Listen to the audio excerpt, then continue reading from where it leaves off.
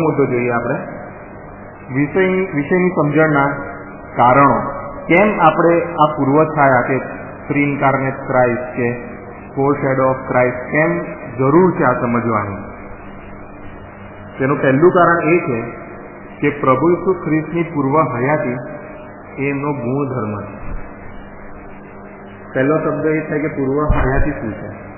પૂર્વ હયાતી એટલે એમના મનુષ્ય દેહમાં આવ્યા પહેલાની જે હયાતી છે તેની પૂર્વ હયાતી અનંતકાળથી.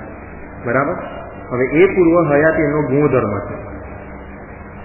જો આપણે પ્રભુ ઈસુ ખ્રિસ્ત માનવ દેહમાં આવ્યા પહેલા જો એ હયાત છે એવું માનીએ તો જે પૂર્વ છાયાઓ જોવાના છે આપણે દેવની એ પ્રભુ ઈસુ ખ્રિસ્ત જ છે તે આપણે પુરવાર કરી શકીશું. અને જો આપણે પૂર્વ છાયા પુરવાર કરીએ તો આપણે એ પણ પુરવાર કરી શકીશું કે પ્રભુ ઈસુ ખ્રિસ્ત પહેલેથી હયાત છે. એટલે બે બાજુ ચાલે છે. હયાતી એમની પૂર્વ છાયા પુરવાર કરશે અને પૂર્વ છાયા એમની હયાતી પુરવાર કરશે. એટલે આપણે પુરાવાઓ જોવાના છે, ખાલી તપાસવાનું છે. આપણે જે સત્ય છે તેને ચેન્જ નથી કરવાના. એ હયાત હતા જ અને હંમેશા રહેવાના જ છે. એ સત્ય આપણે બદલી શકવાના નથી. પણ આપણી ખાતરીને માટે આપણે પુરવાર કરીશું કે આપણે કેવી રીતે એને સમજી શકીએ. બરાબર છે? એટલે પહેલું છે કે પ્રભુ ઈસુ ખ્રિસ્તની પૂર્વહયાતી એમનો ગુણધર્મ છે. બીજું છે કે દુર્મતોનો સામનો કરવા. હવે શૈતાન જે આ વિષયને લઈને ઘણા બધા દુર્મતો ફેલાવે છે, ખાસ કરીને યહોવા વિટનેસીસ દ્વારા જે છે તે લોકો મિખાએલ દૂતને પ્રભુ ઈસુ ખ્રિસ્ત કહે છે જૂના કરારમાં. બરાબર? પૂર્વ છાયાને મિખાએલ દૂત કહે છે. એ બધું જે દુર્મત છે તે શૈતાને ફેલાવેલા છે અને એ દુર્મત દૂર કરવા કે એનો સામનો કરવા આપણે આ શીખવાના છે. ત્રીજું જોઈએ તો આપણે ખ્રિસ્તીઓ બાઇબલની એકાગ્રતા અને એકબદ્ધતા સમજી શકીએ અને એની પ્રશંસા કરી શકીએ. બાઇબલના ઉત્પત્તિના પુસ્તકથી લઈને પ્રકટીકરણના પુસ્તક સુધી કશું અલગ પડતું નથી. ઉત્પત્તિમાં જે કહેવામાં આવે છે તે જ પ્રકટીકરણમાં કહેવામાં આવે છે અને પ્રકટીકરણમાં છે તે ઉત્પત્તિમાં. એટલે એકબદ્ધતા અને એકાગ્રતા કશું પણ હેસેચાડ એની અંદર છે નહીં, ગમે તેમ બાઇબલમાં લખાયું નથી. એ સમજવા માટે. અને છેલ્લું કારણ એ છે કે બાઇબલના અમુક ભાગો સમજવા માટે આ પૂર્વ છાયા સમજવી બહુ અગત્યની છે. અને એ પૂર્વ છાયા પ્રભુ ઈસુ ખ્રિસ્તની જ છે એ પણ સમજવી બહુ અગત્યની છે. હું પ્રભુ ઈસુ ખ્રિસ્તની કેમ કહું છું એના કારણો હું તમને પછી જણાવીશ કે કેમ આપણે પ્રભુ ઈસુ ખ્રિસ્તની જ પૂર્વ છાયા કહેવામાં આવે છે જૂના કરારમાં. કેમ યહોવા દેવની નથી કે પવિત્ર આત્માની નથી, કેમ પ્રભુ ઈસુ ખ્રિસ્તની જ પૂર્વ છાયા છે. અને બીજું એક તમને ઓપન છે આ, એટલે તમને જો કશી પણ સમજ ના પડે તો તરત જ મને ક્વેશ્ચન પૂછજો, અટકાવીને ક્વેશ્ચન પૂછજો. ડાઉટ ક્લિયર કર્યા વગર જો આગળ જઈશું તો બધું કન્ફ્યુઝ થઈ જશે. એટલે કશી પણ સમજ નહીં પડે તો પ્લીઝ હાથ ઊંચો કરીને ક્વેશ્ચન પૂછજો. આપણે બધા ભેગા મળીને શીખવાના છે. મને પણ એ બધું આવડી ગયું નથી. આ વિષય આપણે ભેગા મળીને શીખવાના છે. બરાબર? એટલે આપણે એના કારણો જોયા કે કેમ આપણે કારણો આ પૂર્વ છાયા શીખવાના છે. બરાબર? હવે પૂર્વ છાયાના પ્રકારો. બીજો મુદ્દો જે હતો તે પૂર્વ છાયાના કયા કયા પ્રકાર છે. જૂના કરારમાં આપણે પૂર્વ છાયાના કયા પ્રકાર જોઈએ છે? તો પૂર્વ છાયામાં તમે જુઓ છો કે શારીરિક પ્રકટીકરણ છે પ્રભુ ઈસુ ખ્રિસ્તનું, વ્યક્તિગત પ્રકટીકરણ છે અને પ્રભુ ઈસુ ખ્રિસ્ત વિશે બે માણસો વાત કરતા હોય એવું છે. એને સંદર્ભ કહેવાય. દાખલા તરીકે મારે પાળક સાહેબ વિશે કેવું હોય કે પાળક સાહેબે મને આમ કહેલું, હું કોઈ ત્રીજી વ્યક્તિને કહું કે મને પાળક સાહેબે આ દિવસે આ વસ્તુ કહી, તો એને પાળક સાહેબનો સંદર્ભ આપ્યો કહેવાય. એટલે એ પણ પુરવાર કરે છે કે એ પૂર્વ છાયા છે. એટલે વ્યક્તિગત સંદર્ભની અંદર ગણી શકાય. હવે આ શારીરિક વ્યક્તિગત અને વ્યક્તિગત સંદર્ભ જે છે તેની અમુક કલમો હું તમને આપીશ. તે આપણે બધી જોવાના નથી, એ ખાલી લિસ્ટ છે. એમાંથી અમુક જ આપણે જોઈશું, પણ એ લિસ્ટ તમને બધું પછી આપવામાં આવશે. બરાબર? એટલે ખાલી ઉપરથી આપણે એ જોઈશું. પહેલા શારીરિક પ્રકટીકરણની અંદર જોઈએ તો ઉત્પત્તિના 14મા અધ્યાયમાં 17 થી 20ની અંદર આપણે જોઈએ તો મલ્કીસેદેક ઇબ્રાહીમને આશીર્વાદ દે છે. ઓકે? આ શારીરિક પ્રકટીકરણ છે. હવે મલ્કીસેદેક પ્રભુ ઈસુ ખ્રિસ્ત છે કે નહીં એ આપણે અત્યારે પુરવાર કરવાના નથી, એ પછી આપણે જોઈશું. બરાબર? બીજામાં છે 16, ઉત્પત્તિ 16માં યહોવાનો દૂત હગારને આશીર્વાદ દે છે. યહોવાનો દૂત પણ પ્રભુ ઈસુ ખ્રિસ્ત છે કે નહીં, કે પછી પુરવાર થશે. ઉત્પત્તિ 18 ઇબ્રાહીમને આશીર્વાદ દે છે. આ 18મું એટલે ઇબ્રાહીમને ઈસાક થવાનો છે અને સદમ ગોમોરાનો નાશ થવાનો છે, એવા 3 એ લોકો આવે છે પુરુષો, તેની વાત છે આમાં. એ શારીરિક સ્પષ્ટીકરણ છે. પછી ઉત્પત્તિ 32 એમાં યાકૂબને આશીર્વાદ દેવામાં આવે છે, મલયુદ્ધની વાત છે આ. ગણના 22 એમાં બલામની ચેતવણી, યહોવાનો દૂત તલવાર લઈને ગધેડીની આગળ ઉભો રહી જાય છે. તે યહોશુઆ 5 અંદર યહોશુઆ અને ઇઝરાયલ માટે લડાઈ કરે છે. ત્યાં કહેવામાં આવે છે કે એને યહોશા જયારે પૂછે તો કોણ છે, તો એમ કહે છે કે સૈન્યનો સરદાર હું છું. એટલે એ વાત છે. અહીંયા ન્યાયાધીશો 2 અધ્યાય, તેની અંદર યહોશા અને ઇઝરાયલને ઠપકો આપવામાં આવે છે. દેવનો દૂત છે. ખાસ તમે જુઓ, યહોશામાં તમે ઉપર જુઓ તો પુરુષ છે, એની નીચે દેવનો દૂત છે. એટલે ઘણી બધી જગ્યાએ યહોવાનો દૂત છે, એકલો દૂત છે, ઘણી બધી જગ્યાએ એકલો પુરુષ છે. બરાબર, એ અલગ અલગ છે. એ આપણે આગળ જોઈશું બધું. ન્યાયાધીશો 6 ની અંદર યહોવાનો દૂત છે, યહોવા કહેવામાં આવે છે. ઇઝરાયલ માટે સામસૂનને જન્મ આપે છે. સામસૂનને જન્મ થવાનો છે, તેની વાત લઈને યહોવાનો દૂત આવે છે. એ બધું જોઈશું આપણે. બીજું સમૂહેલની અંદર આપણે જોઈએ છીએ તો દેવદૂત યહોવા દાઉદ અને ઇઝરાયલ સાથે વાત કરે છે. પહેલું રાજામાં યહોવાનો દૂત એલિયાને સામર્થ્ય આપે છે. એલિયાને સામર્થ્ય ઇઝરાયલથી જ્યારે એલિયા ભાગી નીકળે છે, જેમ કે ઇઝરાયલ એલિયાને મારવા મોકલે છે, ત્યારે ઇઝરાયલથી દૂર ચાલી જાય છે અને પેલા નાના પાસે યહોવાનો દૂત એને દર્શન લઈને એમ કહે છે કે ભાઈ તું ઊઠ અને ખા અને આ પી. બરાબર, એ વાત છે. દાનિયેલ 3 ની અંદર શાદ્રાક, મેશાક અને અબેદનગોની વાત, એટલે અગ્નિભઠ્ઠીની વાત દાનિયેલ 3 અને ઝખારિયાને સત્યનું પ્રસ્તુતિકરણ છે. ઝખારિયાને 4 મુદ્દાઓ છે ઝખારિયાની અંદર, પણ અત્યારે એટલું યાદ રાખો, સત્યનું પ્રસ્તુતિકરણ છે. બરાબર, આ ખાલી તમને ઓવરવ્યૂ છે. બરાબર, કે આની અંદર શું શું આવી શકે વ્યક્તિગત પ્રસ્તુતિકરણની અંદર, શારીરિક પ્રસ્તુતિકરણની અંદર. હવે આપણે જોઈશું વ્યક્તિગત પ્રસ્તુતિકરણ. તેની અંદર આવશે ઉત્પત્તિ 21 પાછું હગારની કાળજી લે છે તે યહોવાનો દૂત. પછી 22 ની અંદર યહોવાનો દૂત ઇબ્રાહીમને આશીર્વાદ દે છે. હવે આ જે એ છે તે ઈસાકને બલિદાન આપતા યહોવાનો દૂત અટકાવે છે, તેની વાત છે. આગળ જોયું તો સદોમ અને ગમોરાની વાત હતી અને ઈસાકના જન્મની વાત હતી, તે શારીરિક પ્રસ્તુતિકરણ હતું. આ વ્યક્તિગત પ્રસ્તુતિકરણ છે. ઉત્પત્તિ 28 ની અંદર યાકૂબને આશીર્વાદ, એટલે મલયુદ્ધ આવશે અને સીડીવાળું આવશે. મેઇન 28 એટલે સીડીવાળું આવશે. બરાબર, આકાશમાં જતી સીડીઓની. ઉત્પત્તિની અધ્યાય 31 એની અંદર યાકૂબને શિખામણ આપવામાં આવે છે કે ભાઈ તું તારા જન્મના દેશમાં પાછો ચાલી ગયા, તારી 2 વાઇફને લઈને, લિયા અને રેચલને લઈને તું પાછો ચાલી ગયા, રાહેલને લઈને. નિર્ગમનની અંદર 3 અધ્યાય તમે જુઓ તો મૂસાને શિખામણ આપવામાં આવે છે બળતા ઝાડવામાં. પછી નિર્ગમન 13 ઇઝરાયલને દોરે છે યહોવા અને રક્ષણ કરે છે. હવે એ કઈ રીતે, તો મેઘસ્તંભ અને અગ્નિસ્તંભના રીતે. બરાબર, એ 2 રીતે એ કરે છે રક્ષણ. પાછું નિર્ગમન 14 ની અંદર ઇઝરાયલને દોરે છે અને રક્ષણ કરે છે. પણ નિર્ગમન 14 ની અંદર એ જે મેઘસ્તંભ છે તે ઇઝરાયલ પુત્રો અને મિસરીઓની વચ્ચે ઉભો રહી જાય, એટલે પેલા લોકો આરામથી યર્દન નદી લાલ સમુદ્ર ક્રોસ કરીને જાય છે. એ વાત છે નિર્ગમનની. બીજા રાજાની અંદર એલિયાનું રક્ષણ એ સેમ આવશે.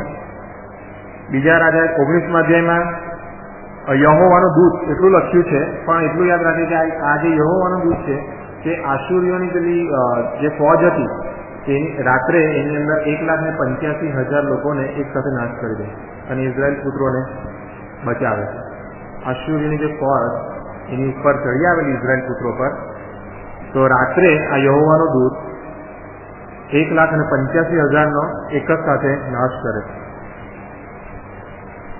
દાનિયેલ 6માં સિંહોના બિલમાં દાનિયેલનું રક્ષણ આવશે. બરાબર, એટલે આ તમારું થોડું વ્યક્તિગત પ્રસ્તુતિકરણ. વ્યક્તિગત સંદર્ભ, હવે મેં તમને સમજાવ્યું કેમ કે હું મને આવો યૌવન દૂતે દર્શન લીધેલું, હું કોઈને કહું છું તે સંદર્ભ મેં આપ્યો કહેવાય. તો વ્યક્તિગત સંદર્ભની અંદર પૂર્વછાયા કેવી રીતે જોશો? તો ઉત્પત્તિના 24મા અધ્યાયમાં ઇબ્રાહિમ ચાકરને શિખામણ આપે છે કે ભાઈ મને મારા દૂતે યૌવન દૂતે મને આવું કીધું, બરાબર. ઉત્પત્તિ 48ની અંદર યાકૂબ ઉત્પત્તિ 32ને યાદ કરે છે કે મળ્યું જ થયેલું, પછી મને આવો આશીર્વાદ મળેલો, એ યાદ કરે, તે સંદર્ભ થયો કહેવાય. અને પછી આમાં દૂત તરીકે, આ બધી કલમોમાં દૂત તરીકેનો સંદર્ભ આપવામાં આવ્યો છે. એટલે મેઇન આપણે જોયું તો 3 વસ્તુ જોઈએ આપણે: શારીરિક પ્રકટીકરણ, વ્યક્તિગત પ્રકટીકરણ અને વ્યક્તિગત સંદર્ભ. આ 3 એ પૂર્વછાયાના પ્રકારો છે. એવી રીતે દેવ લોકોની આગળ પ્રગટ થયા છે. હવે આપણે જોઈશું કે આ જૂના કરારની થિયોફની શું છે. થિયોફની એટલે કોઈને ખબર છે? થિયોફની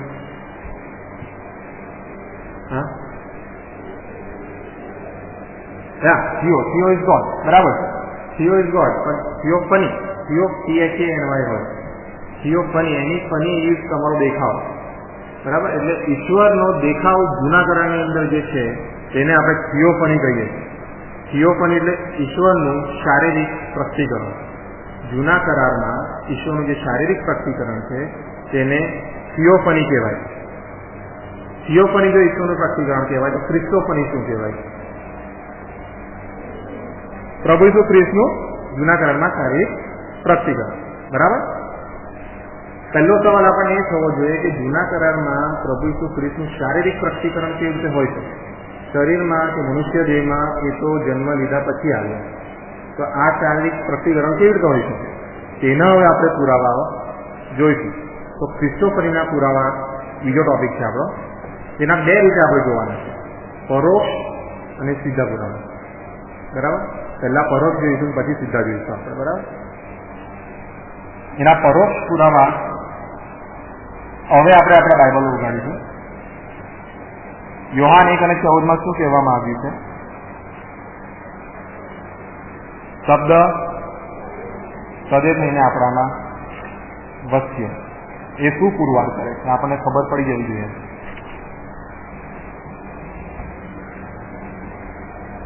શબ્દ સદે થઈને એટલે શબ્દ મનુષ્ય દેહમાં આવ્યો, એનો મતલબ શું થાય? એણે મનુષ્ય રૂપ ધારણ કરી, એટલે પણ મનુષ્ય દેહ ધારણ કર્યા પહેલા પણ એ હતા, એ પુરવાર થાય છે. શબ્દ સદે થઈને આપણામાં વસ્યો એટલે શું?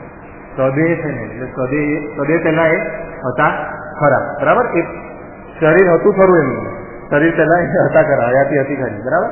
બીજું જોઈએ યોહાન 3:13.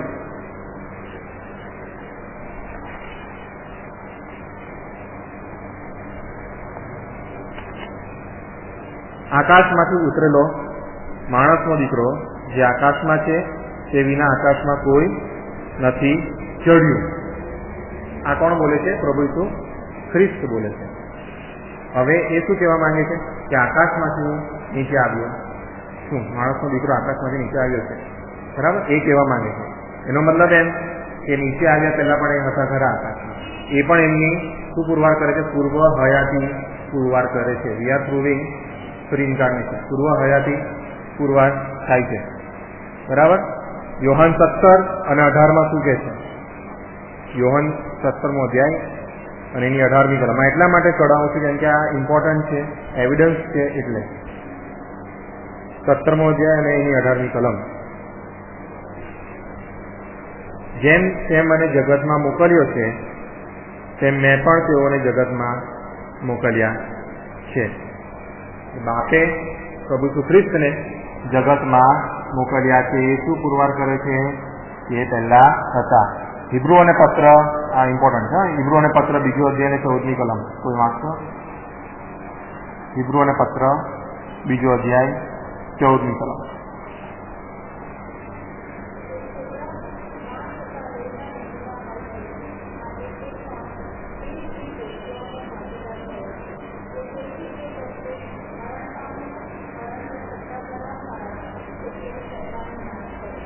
તો છોકરા માંસ તથા લોહીના બનેલા હોય છે, માટે તે પણ તે જ રીતે તેઓનો ભાગીદાર થયો. એટલે એમનામાં શું આવ્યું? માંસ પણ આવ્યું અને લોહી પણ આવ્યું, એટલે સદેહ થયા ટૂંકમાં.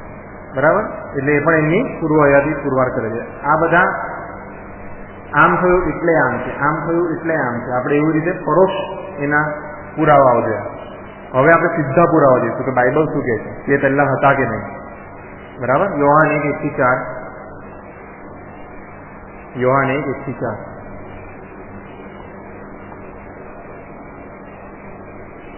આદિએ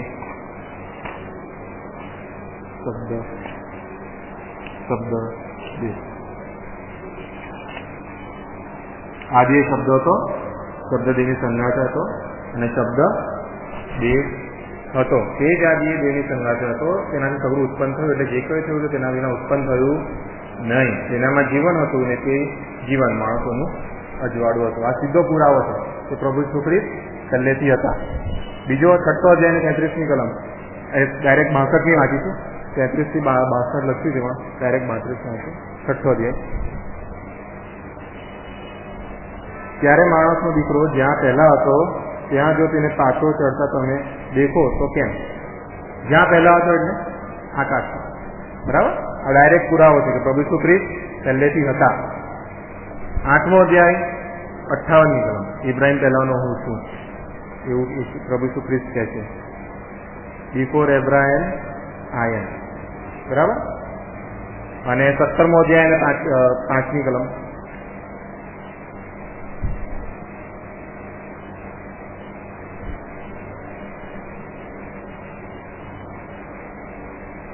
અને હવે હે બાપ, જગત ઉત્પન્ન થયા અગાઉ તારી સાથે જે મહિમામાં હું ભોગવતો હતો તે વડે તું હમણાં પોતાની સાથે મને મહિમાવાન કર.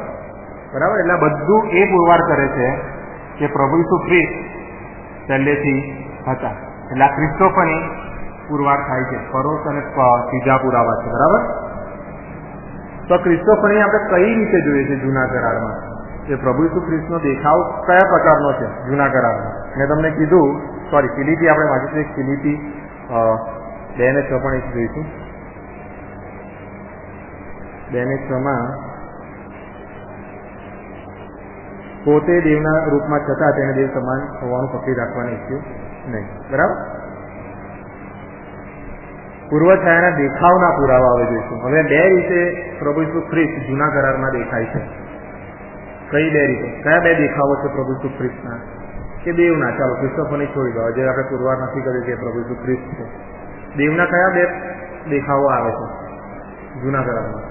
હમણાં આપણે આગળ કલમો જોઈએ કે વ્યક્તિગત સ્પષ્ટીકરણ છે, શારીરિક સ્પષ્ટીકરણ છે, વ્યક્તિગત સંદર્ભ છે. એક તો દૂત, યહોવાનો દૂત એ આમ કીધું, અને બીજું પુરુષ. 3 પુરુષ મારી આગળ આવ્યા, ઇબ્રાહિમ કહે છે તેમ 3 પુરુષ જોયા આવે. તો પછી સૈન્યનો સરદાર હું છું, એ બધા પુરુષના એક. બરાબર? એટલે હવે એ દૂત અને પુરુષ એ પ્રભુ ઈસુ ખ્રિસ્ત છે કે નહીં તે આપણે જોઈશું. બરાબર? એટલું તો આપણને ખબર છે કે દેવ જૂના કરારમાં દૂત અને યહોવાનો દૂત અને માણસ કે પુરુષ તરીકે દેખાતા હતા. બરાબર? આટલે સુધી ક્લિયર? બરાબર? હવે દૂતની પણ પૂર્વ છાયા આપણે 3 ઓપ્શન જોવાના છે કે એ કોણ હોઈ શકે. યહોવાનું દૂત એ કોણ હોઈ શકે? બરાબર? કાં તો એ યહોવા દેવ હોઈ શકે, કાં તો એ યહોવા દેવથી અલગ વ્યક્તિ હોઈ શકે, કે ત્રિએકતાની એ બીજી વ્યક્તિ એટલે કે પ્રભુ ઈસુ ખ્રિસ્ત હોઈ શકે, કે અથવા તો આ 3 હોઈ શકે. એવું બને? આ 3 હોઈ શકે? આ 3 વસ્તુ હોઈ શકે? હા કે ના? થોડો ઊંડો છે, પણ 3 વ્યક્તિ હોઈ શકે કે નહીં? હોઈ શકે. આપણે જ્યારે યહોવા દેવ કહીએ છીએ, ભલે આપણે સ્પેસિફિક વ્યક્તિને ફાધરને કહીએ છીએ, પણ એમાં ત્રિએકતા તમે જોઈએ છે? આપણે જોઈએ યહોવા દેવ એ ગોડ હેડની અંદર 3 છે, પિતા, પુત્ર અને પવિત્ર આત્મા. બરાબર? યહોવા દેવ પ્રભુ ઈસુ ખ્રિસ્ત પણ હોઈ શકે અને પવિત્ર આત્મા પણ હોઈ શકે. પ્રભુ ઈસુ ખ્રિસ્ત યહોવા દેવ પણ હોઈ શકે અને પવિત્ર આત્મા પણ હોઈ શકે. પવિત્ર આત્મા યહોવા દેવ પણ હોઈ શકે અને પ્રભુ ઈસુ ખ્રિસ્ત પણ હોઈ શકે. તો જ એ ત્રિએક દેવનું આપણે સમજી શકીએ. જોકે માણસની બુદ્ધિની ઉપરની વાત છે ત્રિએકતાને સમજવી, પણ એટલું આપણે સમજવું જોઈએ કે યહોવા દેવ પણ હોઈ શકે, યહોવા દેવથી અલગ વ્યક્તિ પણ હોઈ શકે અને પ્રભુ ઈસુ ખ્રિસ્ત પણ હોઈ શકે, અથવા ત્રણ પણ હોઈ શકે. કે હું એટલા માટે તમને કહું છું કેમ કે આપણે એવું પુરવાર કરવાના છે કે આ જે દૂત યહોવાનો દૂત યહોવા દેવ તરીકે આમાં જે આપવામાં આવ્યું છે તે પ્રભુ ઈસુ ખ્રિસ્ત છે. આ બીજી અલગ વ્યક્તિ જે આપવામાં આવી છે તે બી પ્રભુ ઈસુ ખ્રિસ્ત જ છે. અને આ ત્રિએકતાની બીજી વ્યક્તિ છે તો પ્રભુ ઈસુ ખ્રિસ્ત પોતે છે. બરાબર? એટલે મેં તમને આ સવાલ પૂછ્યો, પણ એટલું ધ્યાનમાં રાખજો કે આપણે એ પુરવાર કરીશું. દૂતના યહોવા દેવ તરીકેની ઓળખના પુરાવા કે યહોવા દેવ છે, યહોવાનો દૂત છે, યહોવા દેવ છે, એના પુરાવા આપણે જોઈશું. હવે ગેમ રમવાના છે, ગેસિંગ ગેમ છે. આ તેનું ચિત્ર છે. કોણ છે? હા, ઇસ્માઇલ અને આદમ. ચાલો હવે આપણે થોડું ડિટેલમાં જોઈશું કેમ કે હવે થોડું થિંકિંગ પ્રોસેસમાં જવાના છે. ઉત્પત્તિનો અધ્યાય 16મો અધ્યાય 7 થી 13 કલમ.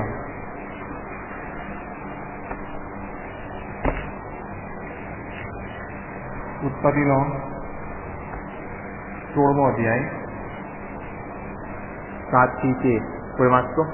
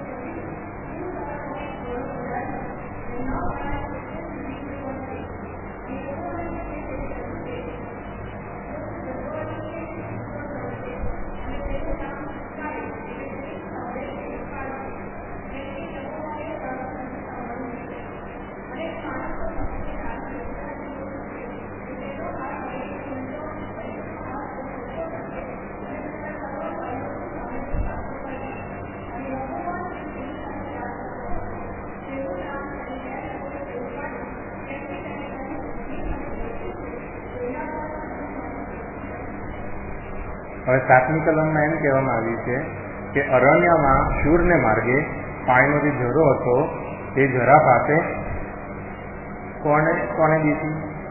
યહોવાના દૂતે હાગારને દીધી. બરાબર? હવે 13મી કલમમાં છે અને યહોવા જે તેની સાથે, એટલે આ શું થયું? યહોવાનો દૂત કોણ હતો? યહોવા દેવ પોતે હતા. બરાબર? હવે આપણે એ દૂત યહોવા છે તે પુરવાર કરીએ છીએ હમણાં. બરાબર? આ દૂત જે હતો તે કોણ છે? યહોવા દેવ પોતે. આ શું છે? કોણ છે? ઇબ્રાહીમની વાત છે. બરાબર? આ તમે હાગારની વાત તમે જોઈ હોય તો એમાં એમ કહેવામાં આવે છે કે આ જે હાગાર હતી તે તો મિસરી હતી, મિસર દેશની હતી અને ઇબ્રાહીમને એક દાન તરીકે મળી, ભેટ તરીકે મળેલી. એના જે પિતા હતા તે તો રાજા હતા, એટલે આ સુંદરી હતી, સુંદર હતી, દેખાવડે ભલે ડાર્ક સ્કિન હતી, કાળી હતી, પણ એ સુંદર દેખાવમાં હતી કેમ કે સુંદરી હતી. અને ઇબ્રાહીમ સાથે કંઈ કરાર હશે એના પપ્પાનો, કિંગનો, રાજાનો, એટલે એને દાન તરીકે આપેલી. દાન એટલે ભેટ તરીકે આપેલી. ત્યારથી એ સારાની સાથે રહે છે.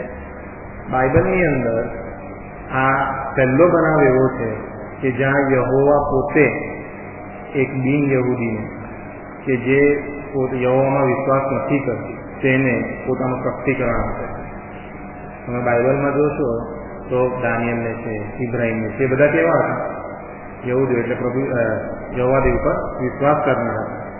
આ એવી નહોતી, આ બિન યહૂદી હતી. એટલે એવું નથી કે ખાલી ખ્રિસ્તીઓને દર્શન થાય, વિધર્મીઓને પણ થાય છે પ્રભુ ઈસુ ખ્રિસ્તના દર્શન. એમ બરાબર? બધા સમાન છે. જેન્ટાઇલ્સ એન્ડ જ્યુઝ ઓલ આર સેમ. આપણે જેન્ટાઇલ્સ છે. બરાબર? આ ઈસાક બરાબર છે. ઉત્પત્તિ 22 વાંચવું પડશે. 11 થી 18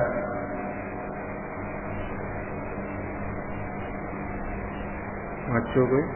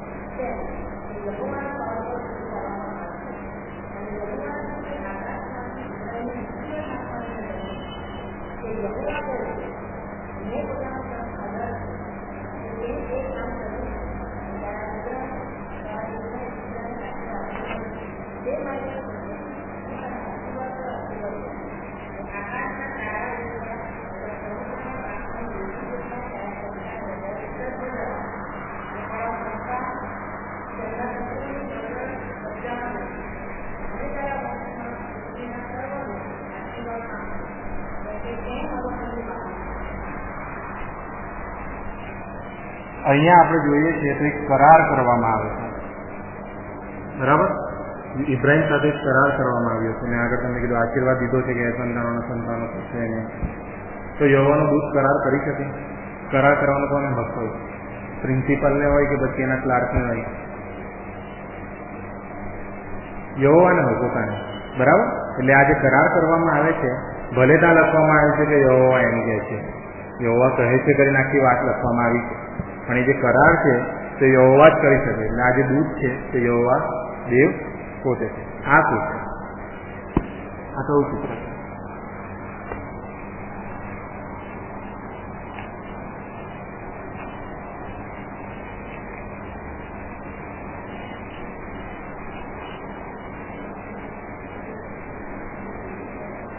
ગેસ કરો કહેવાનું.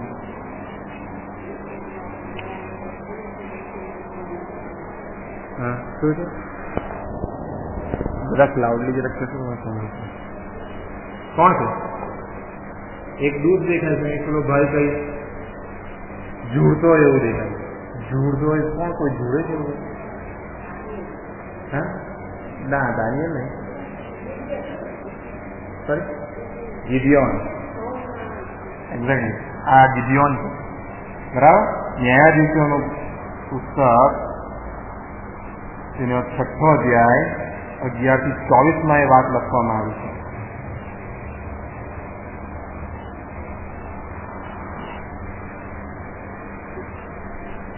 વાંચો.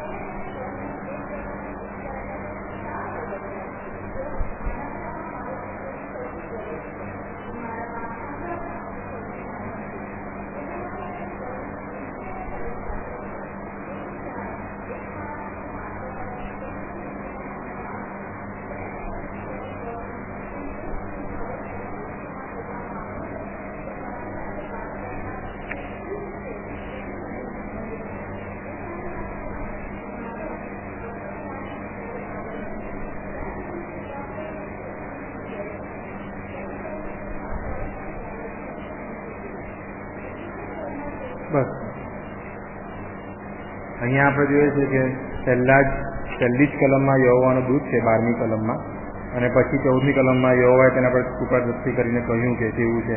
16મી કલમમાં છે યહોવાએ તેને કહ્યું કે, બરાબર, પહેલા યહોવાનો દૂત છે ને પછી યહોવાએ તેને કહ્યું કે. પહેલામાં પણ આપણે એવું જ જોયું કે પહેલા યહોવાનો દૂત છે ને પછી યહોવાએ તેને કહ્યું કે. એટલે આ શું પુરવાર થયું? પ્લસ બીજી વસ્તુ એ કે કદી દૂતો શું કહેવાય અર્પણો કે સ્તુતિ સ્વીકારતા નથી, ખાલી દેવ જ સ્વીકારે. દૂતો કદી સ્વીકારતા નથી, બરાબર. એટલે આ કોણ છે? યહોવાનો દૂત કોણ છે? યહોવા છે. હવે આ બે દિવસ એમ જ છે, એવું સરખા જ છે.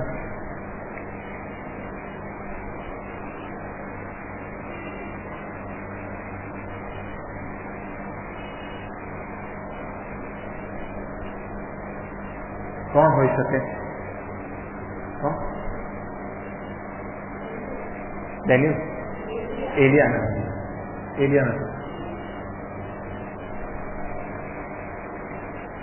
એલિયા નથી. આગળ આપણે જોઈ ગયા, વ્યક્તિગતમાં જોઈ ગયા, શારીરિકમાં જોઈ ગયા, શક્તિકરણ જોયું ને. કોણ હોય છે? આ બે વ્યક્તિ છે, એક બે વૃદ્ધ લોકો દેખાય છે નીચે બેઠેલા. એક ઇબ્રાહિમ નહીં, બે લોકો છે. એક દૂત આવે છે, વેદી છે.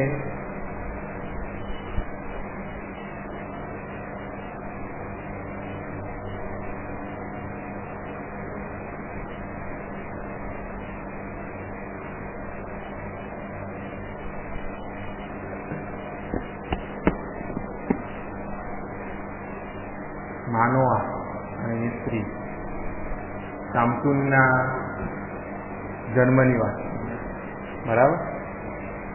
ન્યાયાધીશો 13મો અધ્યાય તમે જુઓ તો એની અંદર આ લખવામાં આવ્યું છે કે ભાઈ માનોઆએ લઈને આવેલો, યહોવાનો દૂત માનવ પાસે આ વાત લઈને આવેલો, બરાબર. હવે એ આખી વાત આપણે જયારે જોઈએ છે 13મા અધ્યાયની અંદર, ત્યારે માનવ એને વિનંતી કરીને પૂછે છે કે ભાઈ તારું નામ શું છે, તું અમને જણાવ, બરાબર.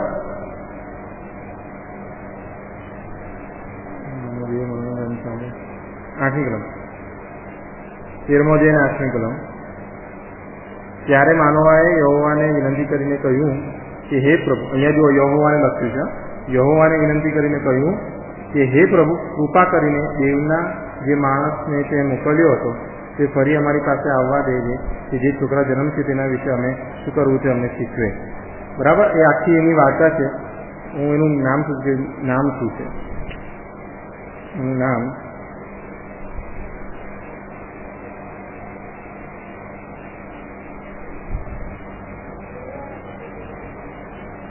હા 17મી કલમ જુઓ. અને માનવાએ યહોવાના દૂતને પૂછ્યું, તારું નામ શું છે કે તારા વચન ફળીભૂત થાય ત્યારે અમે સન્માન કરીએ. ત્યારે યહોવાના દૂતે તેને કહ્યું, મારું નામ તું કેમ પૂછે છે, કેમ કે તે અદ્ભુત છે. હવે યશાયાનું પુસ્તક 9મો અધ્યાય 6ઠ્ઠી કલમ આપણે જોઈએ, અને કોઈ વાંચશે જ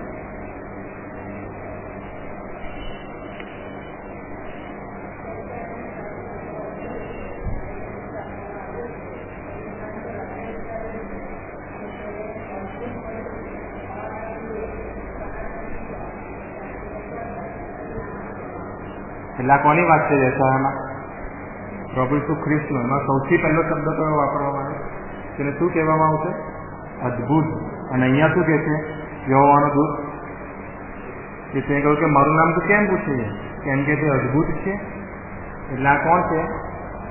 પ્રભુ ઈસુ ખ્રિસ્ત છે.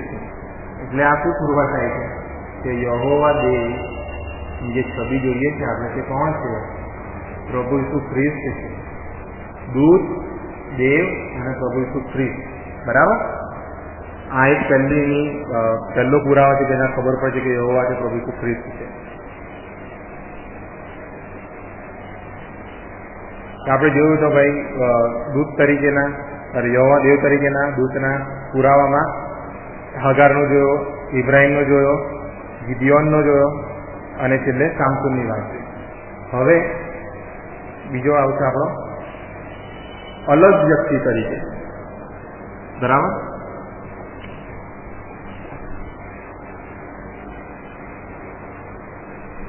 ઉત્પત્તિનો 24મો અધ્યાય અને 7મી કલમ કોઈ વાત કરે.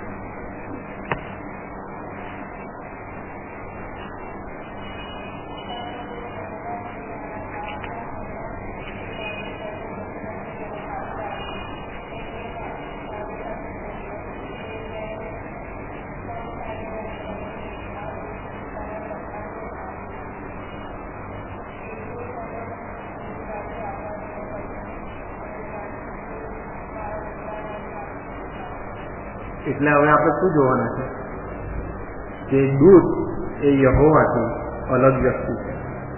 બરાબર. યહોવાનો દૂતના યહોવા દેવથી અલગ વ્યક્તિ તરીકેના પુરાવા. અહીંયા તમે જુઓ તો અહીંયા લખ્યું છે કે મેં જેણે સમ થઈને મને કહ્યું કે આ દેશ હું તારા સંતાનને આપીશ, તે તેનો દૂત તારી આગળ મોકલશે. એટલે યહોવા દેવ કોને મોકલે છે? દૂતને મોકલે છે. એનો મતલબ એમ થયો કે જે દૂત બધાને દેખાય છે એ કોણ છે? અલગ વ્યક્તિ છે યહોવા દેવ કરતા. બરાબર. બીજું આપણે જોઈએ તો ઝખારિયા 1:12 અને 13. આ સીધું એનું એ છે, સ્પષ્ટપણે આપણને ખબર પડી જશે કે દૂત યહોવા દેવથી અલગ છે. ઝખારિયા 12 અને 13 એની અંદર એમ કે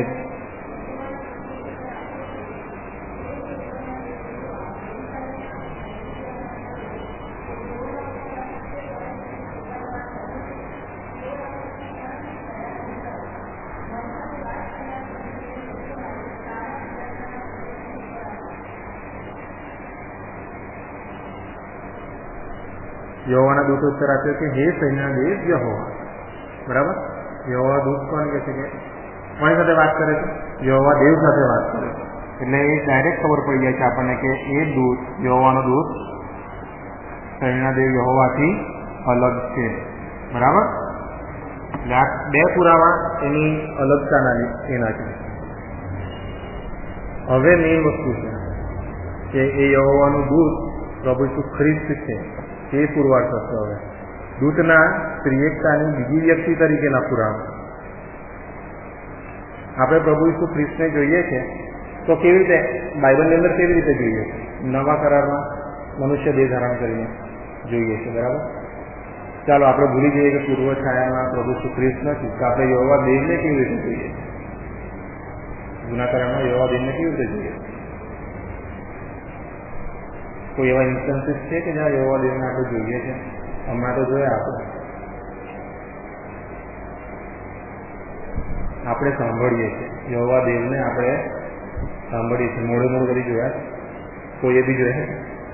યહોવા દેવને કોઈએ જોયા નથી. પ્રભુ ઈસુ ખ્રિસ્તને જોયા છે? મોડે જોયા? એમના પહેલા ઘણા લોકો જોયા છે, અડક્યા છે, જોયા છે, એમને ચાલ્યા છે, ખાધું છે. બરાબર. એ પહેલો પણ કે પિતાને સાંભળવામાં આવે છે, તેઓ કદી દેખાતા નથી, કોઈ જોઈ શકતું નથી. પવિત્ર આત્મા પણ કેવું એક જ વાર કબૂતર તરીકે આવે, એને પણ કોઈ જોઈ શકે નહીં. પણ પ્રભુ ઈસુ ખ્રિસ્ત માણસો મધ્યે ચાલ્યા, લોકોને તેઓ દેખાતા હતા અને લોકો તેમને ઓળખતા પણ હતા. બીજો પોઈન્ટ એ છે કે યહોવાનો દૂત પ્રભુ ઈસુ ખ્રિસ્ત મનુષ્ય દેહમાં આવ્યા પછી કદી પણ દેખાતો નથી. એટલે જ્યારે પ્રભુ ઈસુ ખ્રિસ્ત પૃથ્વી પર હોય છે ને ત્યારે યહોવાનો દૂત કદી પણ દેખાતો નથી. તમે જોશો કે પૃથ્વી પર આવ્યા પહેલા દેખાય છે, એના પછી પણ દેખાય છે. તો રીતના કૃત્યમાં તમે કર્નેલિયસની વાર્તા જોશો ત્યાં યહોવાનો દૂત એવો શબ્દ છે. હવે એ કોણ છે આપણે જાણતા નથી, પણ ડેફિનેટલી જ્યારે પ્રભુ ઈસુ ખ્રિસ્ત પૃથ્વી પર હોય છે ત્યારે યહોવાનો દૂત દેખાતો નથી. એ બીજો એનો પોઈન્ટ છે કે પ્રભુ ઈસુ ખ્રિસ્ત જ યહોવાનો દૂત છે. હવે પ્રભુ ઈસુ ખ્રિસ્તને યહોવા પોતે મોકલે છે, પવિત્ર આત્માને પણ યહોવા પોતે મોકલે. જ્યારે પણ આપણે ત્રિએકતાની વાત કરીએ છીએ ત્યારે મેઇન હેડ કોને ગણવું છે? યહોવા દેવને ગણવું છે, પિતા, પુત્ર અને પવિત્ર આત્મા. અને પિતા જ ઓર્ડર કરે છે કે ભાઈ પુત્ર તારે આ કરવાનું છે અને પવિત્ર આત્મા તારા પુત્ર પછી જવાનું છે. એવું કેમ? આપણે તો એક જ છે, પણ યહોવા ખ્રિસ્ત છે અને પવિત્ર આત્મા છે, ત્રણ એક જ છે. તો એવું કેમ છે? કેમ યહોવા દેવે આ બેને જ મોકલવા પડે? પ્રભુ ઈસુ ખ્રિસ્તને અને પવિત્ર આત્માને વિચારો કેમ મોકલવા પડે છે અથવા કેમ મોકલે છે?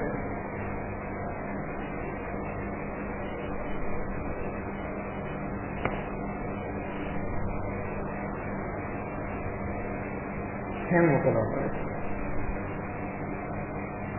આપણે કેવા છીએ? યસ, આપણે પાપી છીએ. યહોવા દેવ આવી શકે તો કોઈને તો મોકલવું પડે ને. કોને મોકલે? પુત્રને મોકલે અને પછી પવિત્ર આત્મા મોકલે. યહોવા દેવ કદી પણ માણસની સાથે મોડે મોડ વાત કરી શકે નહીં. એમની કાં તો ગ્લોરી દેખાય, સતીના ગ્લોરી દેખાય, એમ કહો ગ્લોરી, મહિમા, બરાબર, વાદળ જે દેખાય છે મહિમામાં વાત કરે. હવે પેલા બળતા ઝાડવામાં વાત કરે, પીઠ દેખાડે, પણ મોડું દેખાડે? કોને દેખાડ્યું? એવું કંઈ ખબર છે? સૌથી ક્લોઝેસ્ટ કોઈ આવ્યું હોય તો કોણ આવ્યો? યહોવા દેવની સૌથી નજીક કોઈ આવ્યું હોય? મૂસા આવ્યો, બરાબર. ના, એ તો દેવની સંગાથી ચાલ્યો, બટ એવું નથી કે બરાબર. અને યહોવાનો દૂત, યહોવા દેવ કે પવિત્ર આત્મા, બેમાંથી કોઈ. કેવી રીતે કહી શકીએ? યોહાન 1 અને 18 શું કહે છે? યોહાન 1 અને એની 18મી કલમ.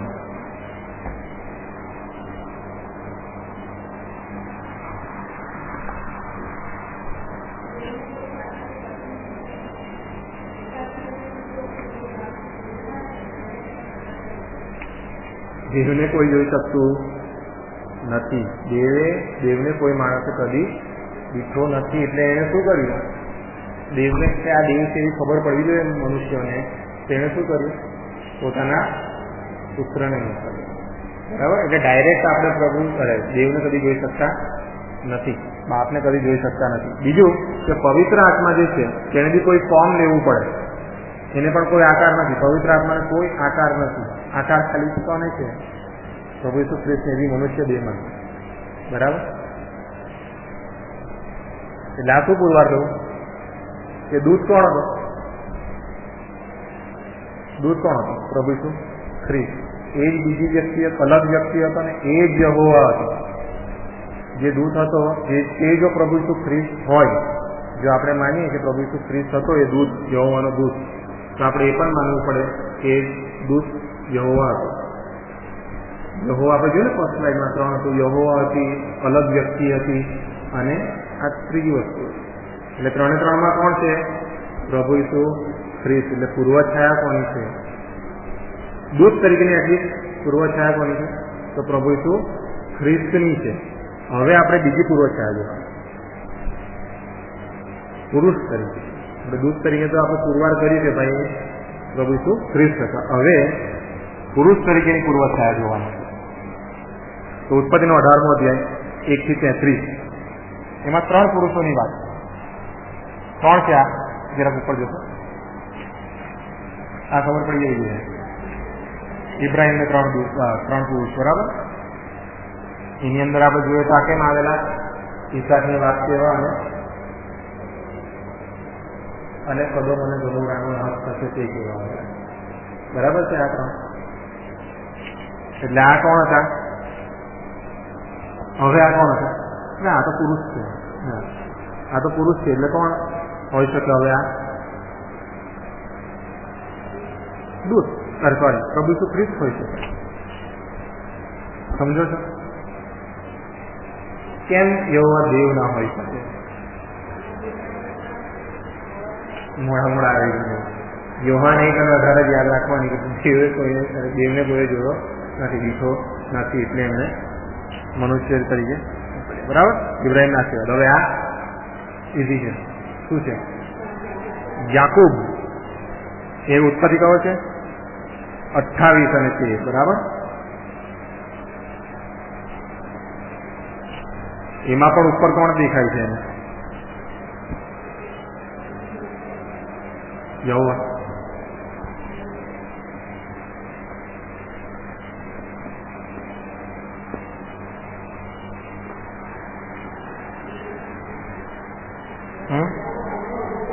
યહોવા દેખાય છે, રાઈટ? દેખાયો એટલે કોણ હોય? યહોવા હોય તો બી. આને દેખાયો એટલે કોણ હોય?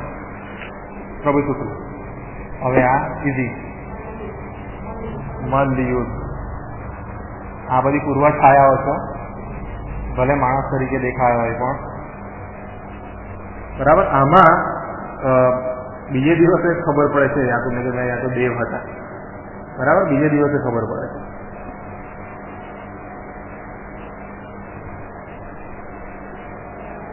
શાદ્રાક, મેશક અને અબેદનગો.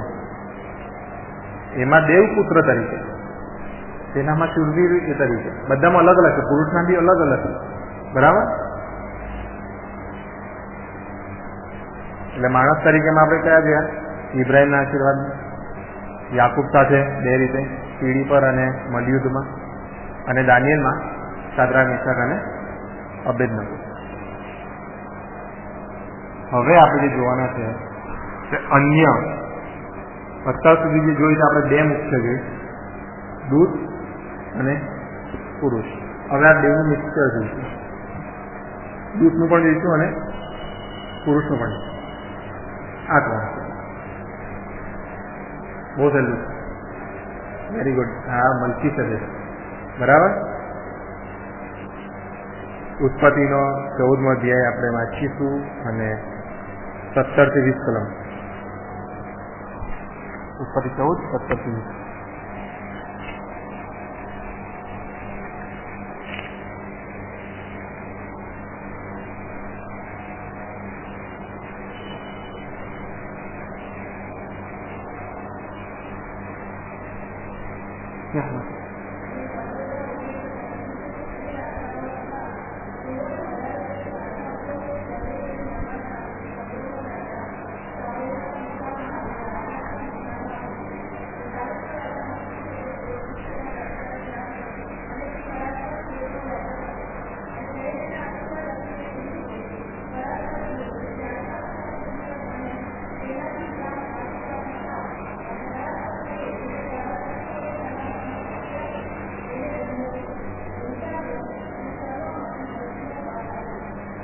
અહીંયા સુધી જોવામાં આવે છે દશાંશ સાથે.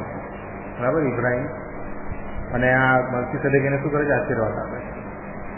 હવે આ મલ્કીસેદેક પ્રભુ ઈસુ ખ્રિસ્ત છે કે નહીં તે આપણે જોવાનું. બરાબર, કેમ કે મલ્કીસેદેકનું કશું જ નથી મળતું આપણને. કોઈ પણ જાતનું ક્લુ બાઇબલની અંદર મલ્કીસેદેક માટે મળતો નથી.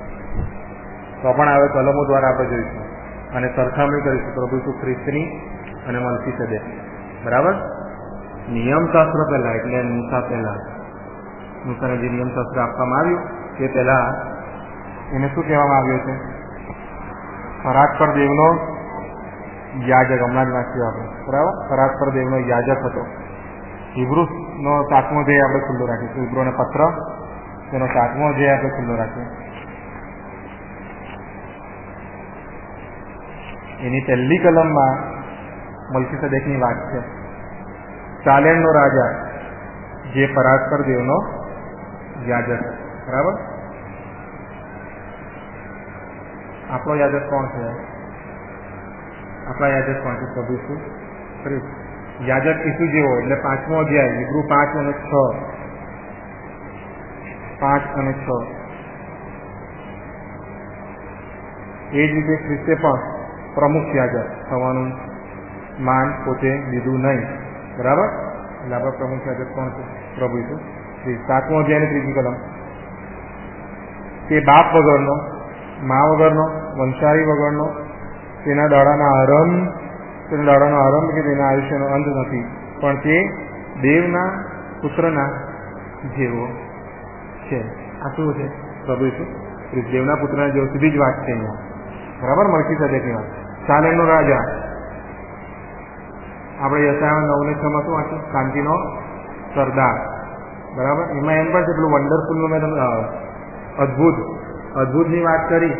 તે અદ્ભુત માટે જે હિબ્રુ શબ્દ છે અને પેલામાં બીજું કે ગુજરાતીમાં તો બેઉ અદ્ભુત છે. માનવામાં બી અદ્ભુત લખાયું છે અને યશાયામાં બી અદ્ભુત લખાયું છે બેઉમાં. પણ ઇંગ્લિશમાં એક બાજુ માનવામાં સિક્રેટ લખાયું, સિક્રેટ ગુપ્ત, અને યશાયામાં વન્ડરફુલ એમ લખવામાં આવ્યું. પણ બેઉનો મૂળ હિબ્રુ શબ્દ એક જ છે.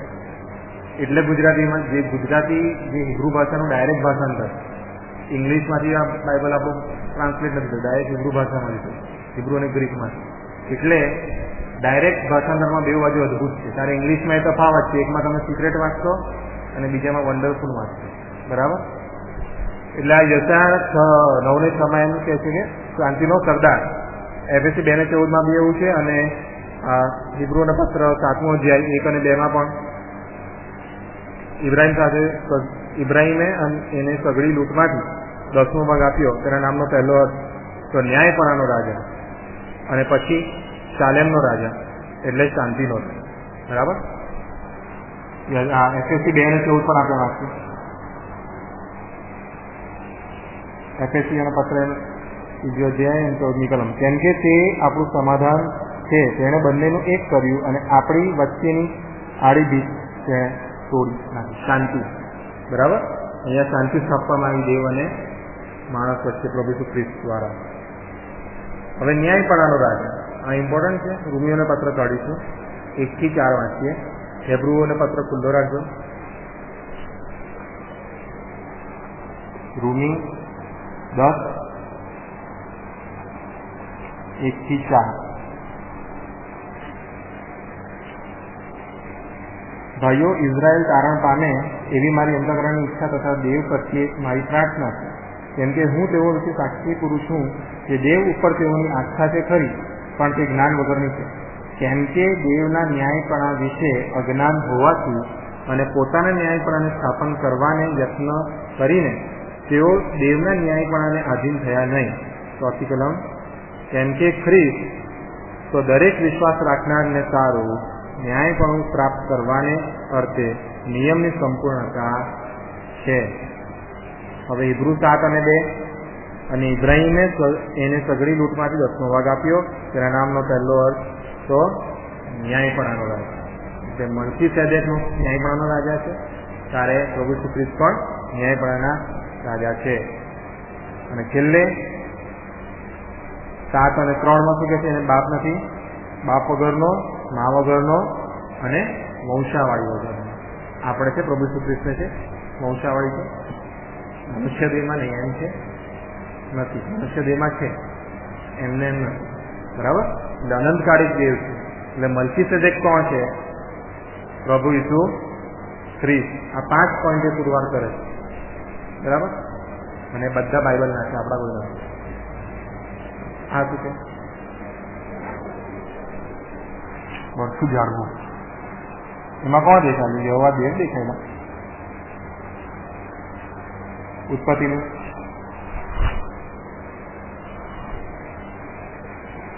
નિર્ગમન 3 અને 4-5. એમાં સૌથી પહેલી લાઈન તમે વંચાવી જો સિનાઈ પર્વત પાસે બધું મૂસાનું જે બને છે મેઇન વાતો જે દર્શન છે તે બધું સિનાઈ પર્વતની બાજુ, બરાબર. કેમ કે સિનાઈ પર્વત તે નિયમનો પર્વત છે, યહોવા દેવનો પર્વત છે, બરાબર. એટલે ત્યાં જો દેખાય તો કોણ દેખાય? દેવ જ દેખાય, બરાબર. એટલે નિર્ગમનનું પુસ્તક છે 3 અધ્યાય 4 અને 5મી કલમ આપણે વાંચીએ. અને યહોવાએ જોયું કે તે જોવા માટે એક બાજુએ ફર્યો, ત્યારે ઝાડવામાંથી દેવે તેને હાથ મારીને કહ્યું કે મૂસા, મૂસા. અને તેણે કહ્યું કે હું આ રહ્યો. ત્યારે તેને કહ્યું કે અહીં નજીક ના આવતો, તારા પગમાંથી તારા ચપ્પલ.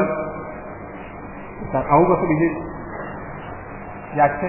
જૂના કરારમાં પગમાંથી ચપ્પલ ઉતાર યાદ છે? ઓકે, આવશે. આ શું છે? આ કોણ? એના મોઢા પર કોનું તેજ છે? કોનું મોડું પ્રકાશતું હતું? મૂસા છે. હવે આ સિનાઈ પર્વત ઉપર છે, પેલું સિનાઈ પર્વત પાસે હતો. આ સિનાઈ પર્વતની ઉપર ચડ્યો હવે મૂસા, બરાબર? પહેલા નીચે હતો, પછી ઉપર ચડ્યો. નિર્ગમન 24:1 અને 2.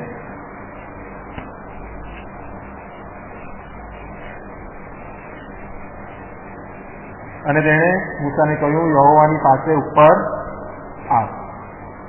બરાબર? એટલે આ કાં છે એમાં મૂસાને યહોવાનું દર્શન ક્યાં થાય છે? સિનાઈ પર્વતની ઉપર. અને હવે આ શું છે? આ થોડું બ્લર છે, પણ જરાક જુઓ. આ પેલો વ્યક્તિ છે, સફેદ કલરનો છે ને, માણસ છે, છુપાઈ ગયો છે. કોણ હોઈ શકે છુપાઈ ગયેલો હોય છે? કોણ હોઈ શકે? મૂસા. ક્યાં છુપાઈ ગયેલો મૂસા? સિનાઈ પર્વતની અંદર. સિનાઈ પર્વતમાં મૂસાને દર્શન થાય. નિર્ગમન 33 ને 22. કેમ છુપાઈ જવું પડે? 22. એમ થશે કે મારું તે વખતે હું તને ખડગની પાટમાં રાખીશ ને હું ત્યાં થઈને જાઉં ત્યાં સુધી હું મારા હાથથી તને ઢાંકી રાખીશ. બરાબર? એટલે આ 3 વસ્તુ આપણે જોઈ મૂસામાં. સિનાઈ પર્વત પાસે બળતું ઝાડવું, બરાબર? અને તો બહુ જ યહોશુઆમાં છે.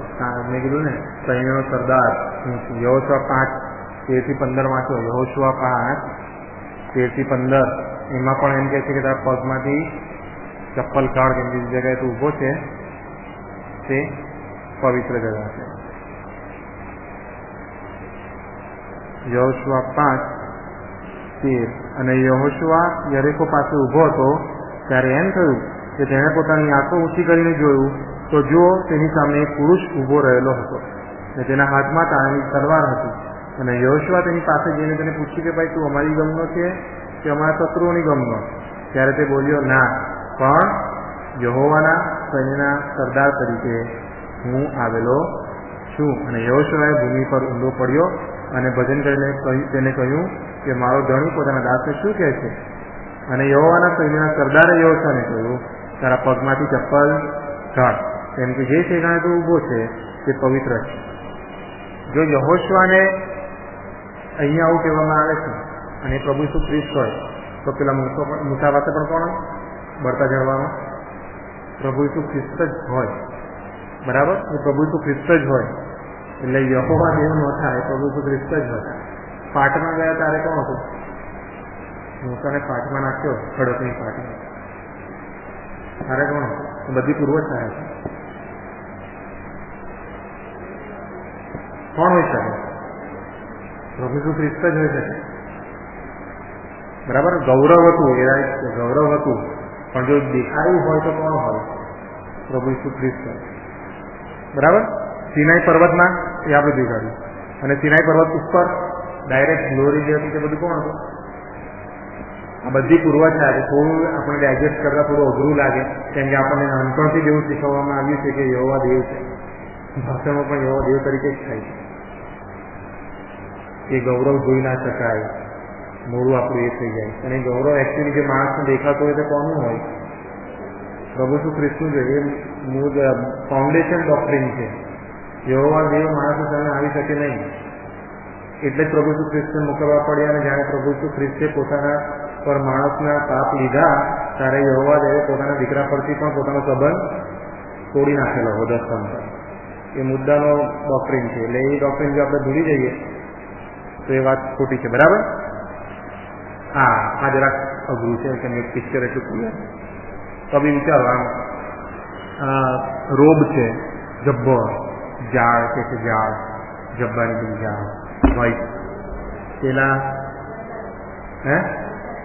યશાયા, હા, 4 ઝાડની, સોરી 4.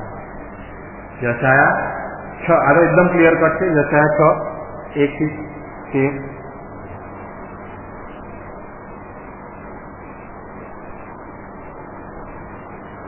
યશાયા 6 ઉજ્જૈન મરણ પામે તે વર્ષે પ્રભુને મેં જોયો તે મુશ્કેલ રવિશંકર બેઠેલો હતો.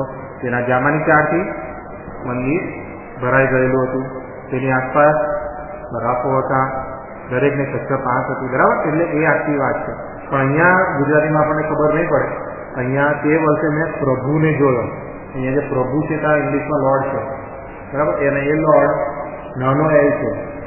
જો યહોવા વિશે લોર્ડ લખવામાં આવે છે ઇંગ્લિશમાં તો બધા કેપિટલ છે. એલ કેપિટલ, ઓ કેપિટલ, આર કેપિટલ ને ડી કેપિટલ. ત્યારે અહીંયા ખાલી એલ કેપિટલ છે, બીજા બધા નાના છે. પ્રભુ ઈસુ ખ્રિસ્ત વિશે જ્યારે આપણે દાઉદમાં એમ જોઈએ છે ગીતશાસ્ત્રમાં કે મેં મારા પ્રભુની પાસે બેઠેલો જોયો. ત્યાં તમે ઇંગ્લિશમાં જ્યારે વાંચશો ત્યારે I saw my Lord seated on the right side of my Lord. એ બે લોર્ડમાં બહુ ફરક છે. એકમાં બધા કેપિટલ છે, બીજામાં ખાલી એલ કેપિટલ છે. બરાબર, અહીંયા ખાલી એલ કેપિટલ છે. એટલે અહીંયા કોણ છે? આ પ્રભુ ઈસુ ખ્રિસ્ત. છેલ્લું શું છે? 21 અને 22 દાનિયેલ 6.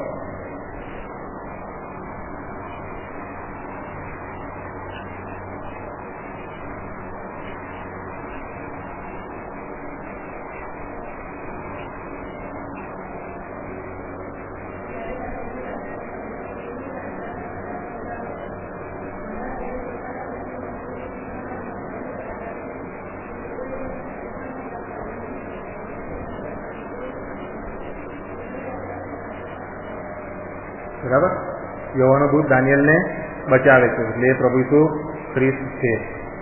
હવે આ શું છે? પ્રકટીકરણ જેવું દેખાય છે તો શું હોઈ શકે?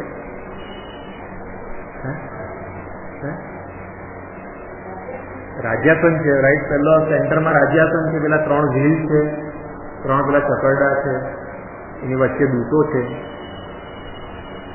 પેલા મૂળાવાળા સિંહ, ગરુડ, મનુષ્ય, એ છે. બીજી કઈ એ છે પ્રોફેટિક બુક કઈ છે? બીજી પ્રકટીકરણ જેવી બીજી કઈ બુક છે? એસસીએલ છે. બીજી કઈ છે? દાનિયેલ છે. આ શું હોઈ શકે? દાનિયેલનું દર્શન છે. બરાબર, એ તમે જોશો. દાનિયેલનું દર્શન છે. એ આ કલમોમાં છે, આપણે આખું વાંચતા નથી. એટલે દાનિયેલમાં આપણે શું જોયું? તો સિંહોના બિલમાં જોયું પ્રભુ ઈસુ ખ્રિસ્તની છબી, અને વિઝનમાં, દર્શનમાં. આ બધા મનુષ્યના છે, મનુષ્ય તરીકે. સોરી, આ મનુષ્ય અને દૂતો બે મિક્સ છે. એકમાં દૂત જેવું આપણે ઘડીકમાં સરદાર પેલો જોયો. બરાબર, આ શું દેખાય છે? આ બી પ્રકટીકરણ જેવું જ છે. હા, 4 પેલા એ છે. હા, આ યરુશલેમનું રક્ષણ છે. ઝકરિયા 1 અધ્યાય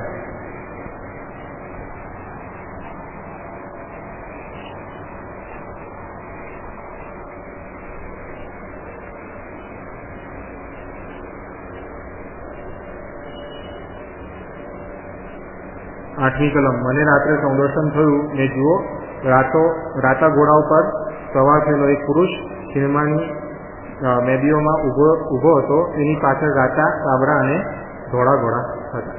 એ આ છે. બરાબર, આ પહેલો પુરુષ એટલે પ્રભુ ઈસુ ખ્રિસ્ત. એક પુરુષ સિનેમા મેદીઓ જે લખ્યું છે તે હા લાકડી છે. લાકડી ક્યારે આપવામાં આવે છે કોઈ બી વ્યક્તિને? યોહાનને આપવામાં આવે છે લાકડી, કે તું ભાઈ પેલી પોતાની માપણી કરવાની હોય ત્યારે પ્રતિક્રમણમાં પેલી લાકડી આપીએ છીએ. અહીંયા પણ યરુશલેમનું માપ લેવાનું કહેવામાં આવે છે. ઝકરિયા 2:3 એ જોવામાં આવશે. જો બીજી કલમ. મેં તેને પૂછ્યું તો ક્યાં જાય છે? ત્યારે તેને મને કહ્યું કે યરુશલેમની પહોળાઈ કેટલી છે અને તેની લંબાઈ કેટલી છે, અને જાણવા સારું તેને માપવાને જાઉં છું. ઓકે, આ પણ ઝકરિયા જ છે, પણ યરુશલેમનું શુદ્ધિકરણ છે. આમાં 3 અધ્યાય 10મી કલમ. સૈન્યદેવ યહોવા કહે છે કે તે દિવસે તમે સર્વ પોતપોતાના પડોશીઓને દ્રાક્ષાવેલા તળે તથા અંજીરી તળે બોલાવશો. આ શુદ્ધિકરણ માટે, દ્રાક્ષાવેલામાં તળે અને અંજીરીઓ તળે શુદ્ધિકરણ માટે, બરાબર. અને યરુશલેમનું બાંધકામ જકારિયા માટે, બરાબર. 6 અધ્યાય 12 થી 15 લખેલું છે. ઓકે, એટલે જકારિયામાં આપણે જોયું તો 4 વસ્તુ: યરુશલેમનું રક્ષણ, યરુશલેમનું માપ, યરુશલેમનું શુદ્ધિકરણ અને યરુશલેમનું બાંધકામ. આ પ્રભુ ઈસુ ખ્રિસ્ત જ હશે એવું કેવી રીતે ખબર પડે? શું કોમન છે આ 4માં? યરુશલેમ કોમન છે. ક્યાં રાજ કરવા આવવાના છે? યરુશલેમમાં, બરાબર. યરુશલેમનું જૂનું નામ શું હતું? યરુશલેમનું જૂનું નામ શું હતું જૂના કરારમાં?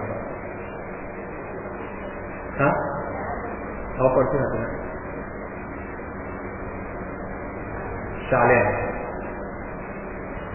શાલેમનો રાજા કોણ? મલ્કીસેદેક. એટલે કોણ? પ્રભુ ઈસુ ખ્રિસ્ત, બરાબર. એ આખી લિંક છે એ રીતે. એટલે અન્ય મુખ્ય છાયામાં આપણે શું જોયું? મલ્કીસેદેક જોયા, મૂસાને 3 દર્શન જોયા, યશાયાનું દર્શન જોયું, દાનિયેલનું દર્શન જોયું અને જકારિયાનું દર્શન જોયું. હવે કાર્યોથી પુરવાર કરીશું કે પ્રભુ ઈસુ ખ્રિસ્તના મનુષ્ય દેહમાં આવ્યા પહેલાના કાર્યથી તેમની હયાતી પુરવાર થાય છે. ઉત્પત્તિ, જો તમે અગ્રી કરતા તો આપણે ખોલીશું નહીં કરશું, બરાબર. ઉત્પત્તિ વખતે હતા યોહાન 1:3 વાંચ્યું જ. પણ એની અંદર એક ઇમ્પોર્ટન્ટ છે.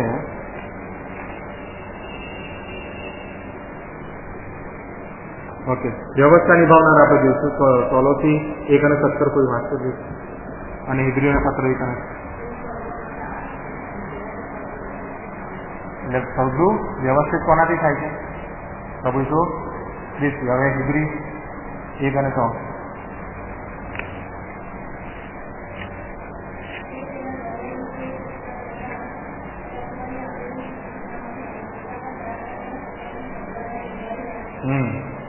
વ્યવસ્થા રાખે છે અને નિભાવી રાખે છે. એટલે શું કહેવાય? વ્યવસ્થા નિભાવનાર છે. પ્રકટીકરણ તો આપણે જાણીએ છીએ. હવે એ બચાવનાર તરીકે એમનો ઉલ્લેખ છે જૂના કરારમાં, ઉદ્ધારનાર તરીકેનો ઉલ્લેખ છે. બચાવનાર તરીકે કેવી રીતે હોય છે કે આપણે એમાં જોયું નહીં, એટલે હું પૂછું કોને બચાવે છે? કોને કાપવામાં આવતો તેને બચી ગયો? ઈસાકને બચાવવામાં આવે છે, બરાબર. એટલે ઈસાકનો બચાવ. પછી બીજું ઉદ્ધારનું શું કહી શકું? મિસરીઓ અને ઇઝરાયલ પુત્રોની વચ્ચે મેઘસ્તંભ હતો, એ એનો ઉદ્ધાર, બરાબર.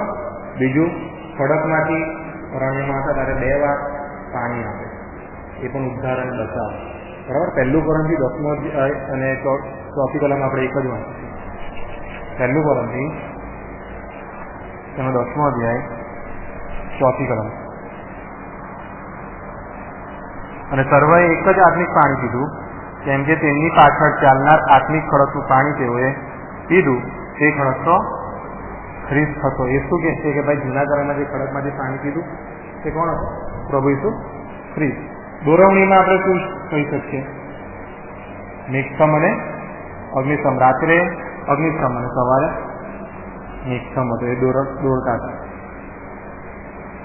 હવે આ છેલ્લું જે છે તે તારનાર તરીકેનું એમની એ છે. જૂના કરારમાં પણ અને નવા કરારમાં પણ આ એકદમ સ્પષ્ટ છે. જે નવા કરારમાં તો આપણે જાણીએ છીએ તારનાર તરીકે આવ્યા, પણ જૂના કરારમાં કેવી રીતે આવ્યા તારનાર તરીકે? જૂના કરારમાં કેવી રીતે આવ્યા તારનાર તરીકે તો આપણે પછી જોઈશું. અત્યારે આપણે કયા સમયમાં જીવીએ છીએ? નિયમના, કૃપાના, બરાબર. તો જૂના કરારમાં કૃપા હતી કે નહીં, અને એ કૃપા કોની હતી તે આપણે જોઈશું, બરાબર. હોય તો ફરીથી રિવાઇઝ કરીએ શું શું જોઈ ગયા આપણે. વિષયની સમજણના કારણો, કેમ 4 વસ્તુ હતી એમાં. કેમ આપણે કરવાનું છે? બાઇબલની એકાગ્રતા અને એકબદ્ધતા જોવાની છે. દૂરમત દૂર કરવા, બરાબર. અમુક બાઇબલના અમુક ભાગો સમજવા માટે આ પૂર્વછાયા સમજવી ઇમ્પોર્ટન્ટ છે, બરાબર. અને મેઇન કે એમની પૂર્વ હયાતી પુરવાર કરવા, અને જો એ હયાતી પુરવાર થાય તો એમની પૂર્વછાયા પુરવાર કરવા આપણે આ જોયા છે. પછી પૂર્વછાયાના પ્રકાર કયા છે? શારીરિક સ્પષ્ટીકરણ, વ્યક્તિગત સ્પષ્ટીકરણ અને સંદર્ભ, વ્યક્તિગત સંદર્ભ, બરાબર. જૂના કરારની થિયોફની એટલે દેવનું શારીરિક સ્પષ્ટીકરણ, બરાબર. ક્રિસ્ટોફનીના પુરાવા જોયા, બે રીતે, દૂત અને પુરુષ, પરોક્ષ અને સીધા બી જોયા. પૂર્વછાયાના દેખાવના પુરાવા, દૂત તરીકે આપણે કોના જોયા? તો હાગાર, ઇબ્રાહિમ, ગિડિયોન, સામસૂન. હા, એ યહોવા દેવ તરીકેના હતા. પછી યહોવા દેવથી અલગ વ્યક્તિ તરીકેના બી જોયા. બે વસ્તુ કે ભાઈ દૂત યહોવા સાથે વાત કરતો આપણે જોયો એ, બરાબર. અને યહોવા મોકલે છે તે પણ જોયું અલગ વ્યક્તિ તરીકે. અને ત્રિએકતાની બીજી વ્યક્તિ તરીકે આપણે શું પુરવાર કર્યું? કે યહોવા કોઈને દેખાતા નથી, પવિત્ર આત્માને કોઈ આકાર હોતો નથી. એટલે આ કોણ હોય? પ્રભુ ઈસુ ખ્રિસ્ત. પુરુષ તરીકે આપણે ઇબ્રાહિમને જોયો, બરાબર. ઇબ્રાહિમને સોદોમ ગોમોરાની વાત. યાકૂબને આપણે જો મલયુદ્ધ અને ઉપર સીડીના ઉપર એને અગ્નિ ભક્તિમાં, બરાબર. પ્રભુ ઈસુ ખ્રિસ્તની અન્ય પૂર્વછાયામાં શું જોયું? મલ્કીસેદેક, મૂસા, યશાયા, દાનિયેલ. અને પ્રભુ ઈસુ ખ્રિસ્તના મનુષ્ય દેહ ધારણ કર્યા પહેલાના કાર્યો જોયું. શું રહી ગયું? કશું રહી ગયું આ મુદ્દામાં? કઈ રહી ગયું? આપણે મુદ્દા ખાલી રિવાઇઝ કરવા. શું રહી ગયું? અમે પહેલી સાઈડમાં મુદ્દાઓ અમારે લખાવેલું, જોયેલું આપણે.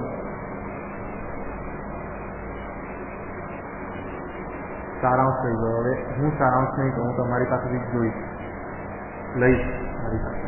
શું શીખ્યા આપણે પૂર્વછાયા? ખાલી એટલું જ કે પ્રભુ શું ખ્રિસ્ત જ હતા જૂના કરારમાં. દૂત છે કે મનુષ્ય છે, પુરુષ છે, શું શીખ્યા? થોડું ડીપ થિંકિંગ કરવું. સારાંશ શું આવે મને?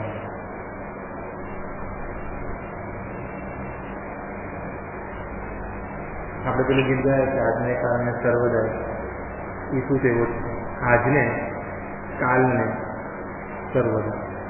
તો ગઈકાલનું શું? પહેલેથી હતા જ. ચાલો એ બરાબર છે. પ્રભુ ખ્રિસ્ત પહેલેથી જ હતા. પછી એ આપણે શીખ્યા છે, બરાબર. દૂત તરીકે પ્રભુ ખ્રિસ્ત દેખાયા. હા, જે પણ દેખાયા તો બધા પ્રભુ ખ્રિસ્ત. પછી સારાંશ શું? આપણે શું શીખીએ અને આપણે શું સમજીએ? હા, તો આપણે શીખ્યા કે ભાઈ આ બધા પ્રભુ ખ્રિસ્તના એ હતા પૂર્વછાયા. કદીના બદલા ઈશ્વર. હા, હજી થોડું ડીપ શીખ્યા. ઈશ્વર કદી નથી બદલાતા, બરાબર છે. પ્રભુ ખ્રિસ્ત પર આપણે ફોકસ કરીએ.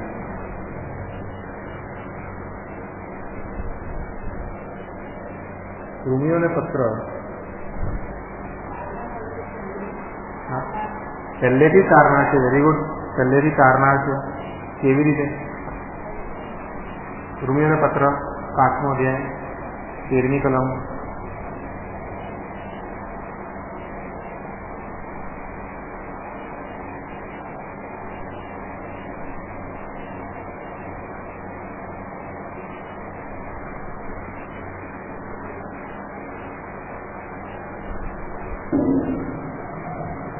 તેરમી કલમ શું કહે છે? કેમ કે નિયમશાસ્ત્ર પ્રગટ થયા પહેલા પણ પાપ જગતમાં હતું ખરું, તો પણ જ્યાં નિયમ ન હોય તો પાપ ગણાય નહીં, બરાબર. જ્યારે પણ કોઈ નિયમ આપવામાં આવે છે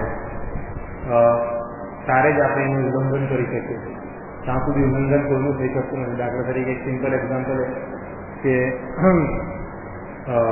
હેલ્મેટ પહેર્યા વગર અત્યારે ચાલતું નથી. આપણે હેલ્મેટ નહીં પહેરીએ તો એક નિયમ એવો બનાવવામાં આવ્યો છે કે ભાઈ તમારે બધાએ હેલ્મેટ પહેરવાનું. આપણે નથી પહેરતા તો આપણે શું કરીએ છીએ? નિયમનો ભંગ કરીએ. હવે એ નિયમ આવ્યા પહેલાં જો આપણે હેલ્મેટ નથી પહેરતા તો તો એ પાપ હતું, એ નિયમ ભંગ હતો નહોતો, રાઈટ. જ્યારે નિયમ આવ્યો ત્યારે શું થયું? આપણને શું ખબર પડી કે આને પાપ કહેવાય, બરાબર. એટલે અહીંયા શું કહેવામાં આવે છે? કેમ કે નિયમશાસ્ત્ર પ્રગટ થયા પહેલા પણ પાપ જગતમાં હતું ખરું, આપણે પાપથી હતા ખરા પહેલેથી, પણ જ્યારે નિયમ આવ્યો ત્યારે એને પાપને પાપ કહેવામાં આવ્યું, બરાબર. તો પણ હવે આપણે જોઈશું રૂમી 5 અને 20. કેમ કે 20 વળી અપરાધ અધિક થાય તે માટે નિયમશાસ્ત્રે પ્રવેશ કર્યો, બરાબર. પણ જ્યાં પાપ અધિક થયો ત્યાં કૃપા તેથી અધિક થઈ. કોની કૃપા? પાપ કાળથી અધિક થયું જ્યારથી નિયમ આવ્યો. નિયમ ક્યાં આવ્યો? નવા કરારમાં કે જૂના કરારમાં? જૂના કરારમાં નિયમ આવ્યો, બરાબર. પહેલું દર્શન આપણે ક્યાં જોઈએ? સૌથી પહેલું હગારને જોઈએ છે આપણે. સૌથી પહેલું દર્શન હગારનું જોઈએ છે, પ્રભુ ઈસુ ખ્રિસ્તનું, બરાબર. એટલે નિયમ પહેલા પ્રભુ ઈસુ ખ્રિસ્તે ઓલરેડી દર્શન આપી દીધેલું. એમની કૃપાનો સમય ચાલુ થઈ ગયો હતો, બરાબર. એ ક્યાંથી ચાલુ હતો ખબર છે? જ્યારથી પૃથ્વી બંધાઈ, પૃથ્વીને રચવામાં આવી એ પહેલેથી પ્રભુ ઈસુ ખ્રિસ્તનો કૃપાનો સમય ચાલુ છે. કેમ કે જ્યાં જો પાપ માણસ કરે તો એ માણસ માર્યો જાય. પણ કેમ યહોવા દેવ માણસોને માર્યા નહીં? પૃથ્વી બનાવ્યા પછી પણ. પૃથ્વી બનાવ્યા પછી જ પાપ થયું ને? આદમ ક્યારે પાપ કર્યું? પૃથ્વી બનાવ્યા પછી પાપ કર્યું. તો કેમ માણસને માર્યો નહીં? આદમને કેમ મારી ના નાખ્યો? કેમ કે પાપ તો સાથે નહીં રહેતા યહોવા દેવ. કૃપા એક કૃપા છે, પણ કેમ કેમ ના માર્યા? કૃપા તો દર્શાવી. એટલે એમના મગજમાં શું હતું? કોને મોકલવાનું? પ્રભુ ઈસુ ખ્રિસ્તને મોકલવાના હતા. આદમને પાપ કરીએ પહેલા એ નિર્માણ થઈ ચૂક્યું હતું કે પ્રભુ ઈસુ ખ્રિસ્તે અહીંયા આવવાનું છે. એટલે એની કૃપાનો સમય ત્યારથી સ્ટાર્ટ થઈ ગયો. જ્યારે આદમને નહોતો માર્યો ને ત્યારથી જ કૃપાનો સમય ચાલુ થઈ ગયો. અને આદમ અને હવાએ જ્યારે પાપ કરી ત્યારે લોકો લગ્ન છે એવું એમને ખબર પડી. ત્યારે એમ કહેવામાં આવે છે કે ચામડાના વસ્ત્રો એમને પહેરાવ્યા. કોને પહેરાવ્યા? યહોવા દેવે પહેરાવ્યા હશે, તમને લાગે? કોને પહેરાવ્યા? પ્રભુ ઈસુ ખ્રિસ્તે. હવે ચામડાના વસ્ત્રો પહેરાવવા માટે કોઈને રક્ત વહેવાવું પડે. એ ત્યાં શું થયું? બલિદાન આપવાનું. પેલા જેને બી માર્યો હોય, ઘોડાને માર્યો હોય તો એને બી માર્યું, ત્યાં કોઈને મારી એના ચામડું કાઢીને પછી એને કપડા પહેરાવ્યા. ત્યારથી કૃપાનો સમય ચાલુ થઈ ગયો હતો. એટલે પ્રભુ ઈસુ ખ્રિસ્ત આપણા પર ક્યારથી કૃપા કરે છે? અત્યારનો કૃપાનો સમય નથી. કૃપાનો સમય ઉત્પત્તિના ત્રીજા અધ્યાય છે કૃપાનો સમય, બરાબર. એટલે પ્રભુ ઈસુ ખ્રિસ્ત આપણે શું શીખ્યા છે? પ્રભુ ઈસુ ખ્રિસ્ત આપણા પર કૃપા કરે છે અને તેમની કૃપા અનાદિકાળથી છે, અનંતકાળથી છે. અને પ્રેમ પણ એટલો જ કરે છે. 8મો અધ્યાય 35, 38 અને 39 વાંચીએ. ખ્રિસ્તના પ્રેમથી આપણને કોણ જુદા પાડશે? શું વિપત્તિ કે વેદના કે સતાવણી કે દુકાળ કે નગ્નતા કે જોખમ કે તલવાર? 38મી કલમ. કેમ કે મારી ખાતરી છે કે મરણ કે જીવન, દૂતો કે અધિકારીઓ, વર્તમાનનું કે ભવિષ્યનું કે પરાક્રમીઓ, ઊંચા કે ઊંડા કે કોઈ પણ બીજી શુદ્ધ વસ્તુ દેવની જે પ્રીતિ ખ્રિસ્ત ઈસુમાં, ખ્રિસ્ત ઈસુ આપણા પ્રભુમાં છે તેનાથી આપણને જુદા પાડી શકશે નહીં. એટલે દેવ, યહોવા દેવ કોનામાં પ્રીતિ દર્શાવે છે? પ્રભુ ઈસુ ખ્રિસ્તમાં આપણા પર પ્રીતિ કરે, બરાબર. આપણને પ્રભુ ઈસુ ખ્રિસ્તથી કોઈ જુદું પાડી શકે નહીં. આ બધું જે 8મો અધ્યાય છે અથવા 9મો અધ્યાય છે તે આખું પ્રીડેસ્ટિનેશનના સિદ્ધાંત પર છે. પ્રીડેસ્ટિનેશન એટલે પૂર્વ નિર્માણ અથવા પૂર્વ જ્ઞાન, યહોવાના પૂર્વ જ્ઞાનની વસ્તુ છે આખું 9મો અધ્યાય, બરાબર. એ આખો તમે વાંચજો તમને ખ્યાલ આવશે કે અમુક લોકોને જ પસંદ કરવામાં આવ્યા છે જે યહોવા દેવ પાસે જશે. પસંદગીનો છે આપણને એમ કહે છે કે તમારે સાચું કે ખોટું પસંદ કરવું એ આપણા હાથમાં છે.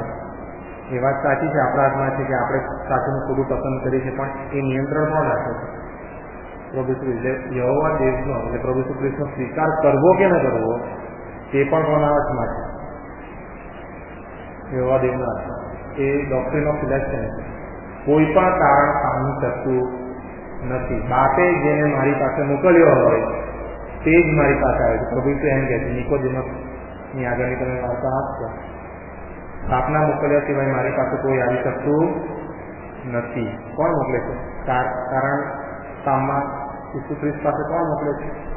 યહોવા દેવ. એ પ્રિડેસ્ટિનેશન છે. આ નવમો અધ્યાય છે તે, બરાબર. એ થોડો અઘરો છે સમજવાનો, પણ એ સમજવું બહુ ઇમ્પોર્ટન્ટ છે, બરાબર. એટલે પ્રભુ ઈશ્વરની કૃપા અને ઈશ્વરનો પ્રેમ હંમેશાથી આપણા પર ચાલુ જ છે. તે આપણે આ પૂર્વછાયામાં શીખ્યા. કેમ પૂર્વછાયામાં પ્રભુ ખ્રિસ્તે આવવું પડ્યું? કેમ પૂર્વછાયામાં પ્રભુ ખ્રિસ્તે જ આવવું પડ્યું? એનો મતલબ છે કૃપા દર્શાવવા અને પ્રેમ કરવા. યહોવા દેવ આવી ના શક્યા, બરાબર. પવિત્ર આત્મા સહાયક, પણ પ્રેમ અને કૃપા કોણ દર્શાવે? પ્રભુ ખ્રિસ્ત. હંમેશા પ્રેમ અને કૃપા પ્રભુ ખ્રિસ્ત સાથે સંકળાયેલી છે. યહોવા દેવ સાથે શું છે? નિયમ અને ન્યાય. ન્યાય, બરાબર. ન્યાય પ્રભુ ખ્રિસ્ત યહોવા દેવ સાથે. બીજી વસ્તુ શું શીખ્યા? હવે આપણે માનીએ છીએ આ વસ્તુ, આપણે કૃપા પણ જોઈ લીધી, આપણે પ્રેમ પણ જોયો, પ્રભુ ઈસુ ખ્રિસ્તની પૂર્વછાયા પણ જોઈ, બરાબર. તો બાઇબલ શું કહે છે? જે ઉત્પત્તિમાં છે તે જ સ્પષ્ટીકરણ, બરાબર. એકબદ્ધતા અને એકાગ્રતા ધરાવે છે. ખાસ આપણે એ યાદ રાખીએ કે કોઈ પણ વિચારને સ્વીકારતા પહેલા બાઇબલ તપાસી જોવું. આ વિચારને પણ સ્વીકારતા પહેલા બાઇબલ તપાસી જોવું. બરૈયાના લોકો જેવું થવું. બરૈયાના લોકો, બરિયન, બરાબર. એ લોકોના જેવું આપણે થવું જોઈએ. આપણે સાંભળવાનું બધું, પણ શાસ્ત્ર તપાસી જોતા હતા એ લોકો. એટલે આપણે શાસ્ત્ર તપાસીને તેનું આગળ વધવાનું. અને બાઇબલ વાંચવાથી શું દૂર થાય છે? હવે કોઈ તમને એમ કે મિખાએલ એ પ્રભુ ઈસુ ખ્રિસ્ત છે, તો તમે માનશો? એવો કોઈ દુર્મત ફેલાવા આવે તો આપણે માનીએ નહીં. કેમ ના માનીએ? કેમ કે આપણે આમાંથી જોયું છે, બરાબર. આપણે આમાંથી જોયું છે એટલે આપણે ના માનીએ. એટલે આ ચાર વસ્તુ આજે આપણે શીખ્યા છે. કઈ કઈ શીખ્યા? કૃપાળુ છે, પ્રેમા છે પહેલેથી, હવે બીજી એકબદ્ધતા છે, એકાગ્રતા છે, અને બાઇબલમાં આપણે તપાસી જોવું જોઈએ. અને દુર્મતથી દૂર રહેવા માટે બાઇબલ સૌથી ઇમ્પોર્ટન્ટ. એના માટે આપણે શું કરવું જોઈએ? શું કરવું પડે? દરરોજ ખાલી વાંચવું જોઈએ, સ્ટડી કરવું જોઈએ. કેટલા કલાક? 10 અંશ ગણો તો કેટલા થાય? 2:40, 2:20 થાય. 2:40 થી 2:20 થાય. એમાંથી આપણે 40 મિનિટ પણ જો વાંચીએ અને સ્ટડી કરીએ તો ઇનફ છે, બરાબર. આપણે એટલું બધું એક દિવસમાં પૂછી શકતા નથી, પણ ઓછું વાંચવામાં સમજીને ડીપમાં વાંચીએ તો આપણે ફાયદો થાય. એના માટે કહેવાય છે, શું કહેવાય છે? નિરાશ આપણે સૂકી બુક ના લાગે, આપણે બાઇબલ ડ્રાય બુક ના લાગે, બરાબર. જીવંત જ લાગે ઈશ્વરના વચનો, બરાબર. પણ એને ક્યારે આપણે દરરોજ પાણી પીવું પડે ને જીવવા, એવી રીતે બાઇબલને આપણે પાણી તરીકે, બરાબર. ઈશ્વર શું કહે છે? હું તમને કદી મૂકી દઈશ નહીં ને તમને કદી પણ નહીં. ઈશ્વર સાથે હોય તો આપણે દરરોજ બાઇબલ વાંચવું જોઈએ. એની સહાયથી આપણને જીવન જીવવાનું સરળતા પડે, બરાબર. પ્રાર્થના કરીએ. કોઈને સવાલ છે? પહેલી વાત ડાઉટ હોય તો પૂછજો. છે નથી? પ્રાર્થના કરીએ. અતિંત જયશંકર ગુજરાતમાં જીવનરાજ સ્વામી, સનાતન પિતા, અદ્ભુત મંત્રી, શાંતિના સરદાર, આભાર માનીએ છીએ કે તમે આ સુંદર સમય અમને આપ્યો અમારા મનોકલ્પના વાતોને વ્યવહાર કર્યો, અમને નવું શીખવાનું તમને આપ્યું, અમને નવું શીખવાડ્યું છે. શેતાનને સદાવાળાથી દૂર રાખ્યા. સચોટ સમજણ તમે અમને આપી. તમારી પૂર્વ થયા તમે જેમ પૂર્વ દિવસોમાં તમે પૂર્વ યુગોમાં તમે દેખાડી, જૂના કરારમાં તમે દેખાડી, અને તમે મનુષ્ય દેહ તરીકે નવા કરારમાં આવ્યા. અને અત્યારે પણ ઈશ્વર પિતા તમે મંડળી મધ્યે છો, મંડળીના લોકો મધ્યે છો, મંડળીના લોકોના હૃદયોમાં છો. ત્યારે તમે હંમેશા હતા, હંમેશા છો અને હંમેશા રહેવાના છો. એ તમે પુરવાર કરો છો. તેની સમજણ તમે અમને પૂરી પાડી. તેના માટે તમારો પુષ્કળ આભાર માન્ય સ્તુતિ કરીએ છીએ. આ સમજણ ફક્ત માનસિક સમજણ ના હોય, પણ અમે તેને હૃદયથી સ્વીકારીએ અને એ સમજણ સાથે, એ સત્યની સમજણ સાથે ઈશ્વર પિતા અમને અમારું જીવન જીવનારા થઈએ એવું તમે થવા દો એવી પ્રાર્થના કરીએ છીએ. આ તમારું વચન હંમેશા અમને જીવંત રાખનારું વચન જે છે તેને અમે જીવનના પાણી તરીકે લેનારા થઈએ એવી તમે થવા દો એવી પ્રાર્થના કરીએ છીએ. જે સામર્થ્ય અને બળ તે વચનમાં વચનથી અમને મળે છે, તે બળ અમે મેળવીએ, એમાં આળસ ના કરીએ. શેતાન અમારો સમય એ વચનની પાસેથી ચોરી ન જાય એવું તમે થવા દો એવી પ્રાર્થના કરીએ છીએ. હવેથી અમે જ્યારે અહીંયાથી છૂટા પડીએ ત્યારે દરેકને ઈશ્વર પિતા અમે તમારા હાથમાં સોંપીએ છીએ. તમે અમારી સાથેને પાસે રહો, તમારા દૈનિક જીવનમાં તમે સહાયતા મદદ કરો અને તમારા ગૂઢ રહસ્યો અમને પ્રગટ કરતા જાઓ એવી પ્રાર્થના કરી છે. પવિત્ર આત્માની સહાય તમે અમને પૂરી પાડો એવી પ્રાર્થના કરી છે. આ જે કંઈ પણ માંગ્યું છે અમારી ઈચ્છા પ્રમાણે નહીં, પણ તમારી ઈચ્છા પ્રમાણે થવા દો. માંગી દેવાના કારણના પવિત્ર ખ્રિસ્તના નામમાં માંગી છે.